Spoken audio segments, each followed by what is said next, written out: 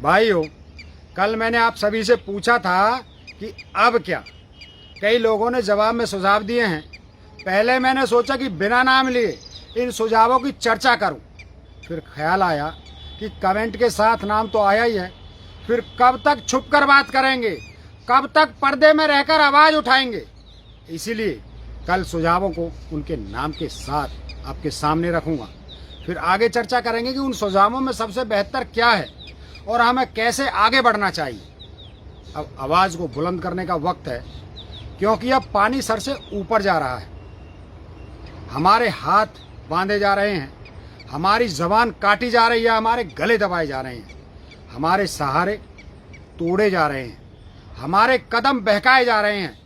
हमारे परिवार थे, हमारे दोस्त थे, वो भी दुश्मन बनाए जा रहे हैं। एक ही मोहल्ले में दो अलग देश बनाए जा रहे हैं। एक शहर के कई टुकड़े किए जा रहे हैं। नुक्कड़ की दुकान पर अब कोई साथ नहीं बैठता। खाने की टेबल पर झगड़े हो रहे हैं। शादी पार्टी के माहौल में राजनीतिक बहस हो रही है। अब कोई दोस्त भाई नहीं रहा, बस भाजपा ही हैं या देशद्रोही। इसके अलावा कोई पहचान नहीं बची हमारी देश में। लेकिन हम सब अपने सामने ये सब होते हुए देख रहे हैं। क्या इस बेजुबानी के लिए हमारे बुजुर्ग हमें माफ करेंगे? क्या इस बुजदिली के लिए हमारी औलादें हमारी इज्जत करेंगी? क्या हमारी बहनें हम डरपोक भाइयों को राखी बांधेंगी?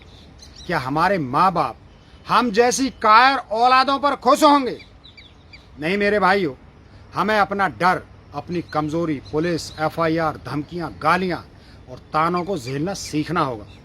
हमें इन्हें अनदेखा करके देश के भविष्य के लिए कुछ करना होगा। क्या हमारे क्रांतिकारियों ने, हमारे स्वतंत्रता सेनानियों ने ये सब नहीं झेला होगा? उनके ऊपर तो हमेशा बंदूक खिंची रहती थी, फिर भी उन्होंने हार नहीं मानी, मर मिटे, लेकिन पीछे नहीं हटे, चुप नहीं रहे। हमें भी कुछ वैसा ही करना पड़ेगा जैसा अंग्रेजों के खिलाफ हमारे बुजुर्गों ने किया था। यदि हमने कोई आंदोलन खड़ा नहीं किया तो हमारे बच्चे हमें इज्जत से नहीं देखेंगे, और अगर इज्जत ही नहीं रही तो ऐसी जिंदगी जीकर भी क्या हासिल कर लेंगे हम?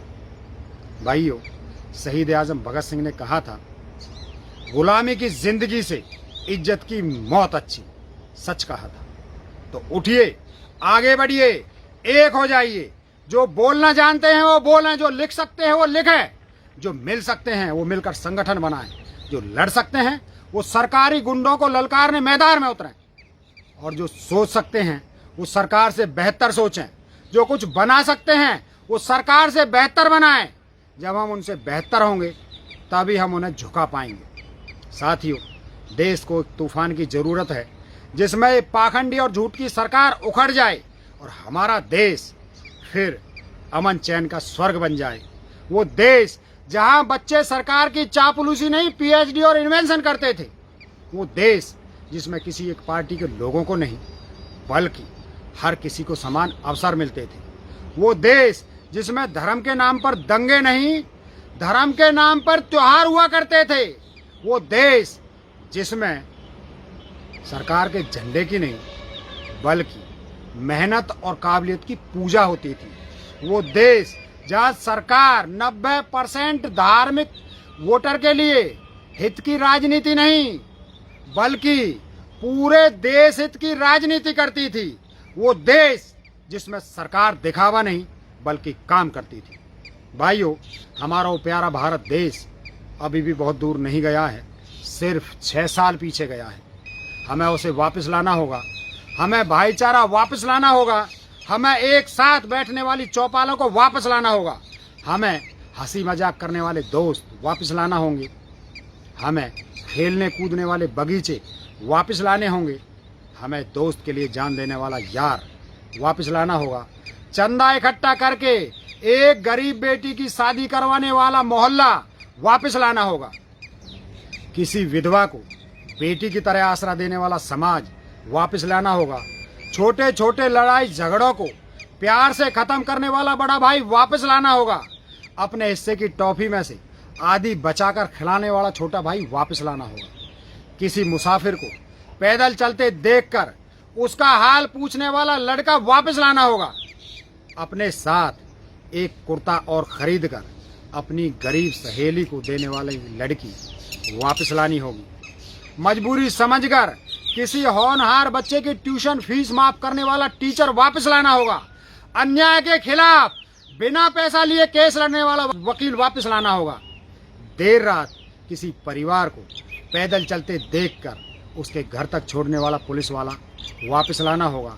सोने के लिए लेटते ही कोई पेशेंट आ जाए तो बिना झुंझलाए उसके बहते खून को रोकने वाला डॉक्टर वापस लाना होगा। बिना किसी सरकारी दबाव और अपनी सोच को दरकिनार करते हुए सिर्फ संविधान के अनुसार फैसला देने वाला मजिस्ट्रेट वापस लाना होगा। देश की सरकारी संस्थाओं में सरकार से डरे बिना काम करने वाले अधिकारी वापस लाने होंगे। गलत फैसले के लिए अपनी पार्टी के अध्यक्ष से सवाल करने वाले नेता वापस लाने होंगे। किसी मुख्यमंत्री की जन विरोधी नीति के खिलाफ अपनी ही पार्टी में आवाज उठाने वाले विधायक वापस लाने होंगे। संविधान के विरुद्ध काम करने वाली सरकार को टोकने वाला सांसद वापस लाना होगा।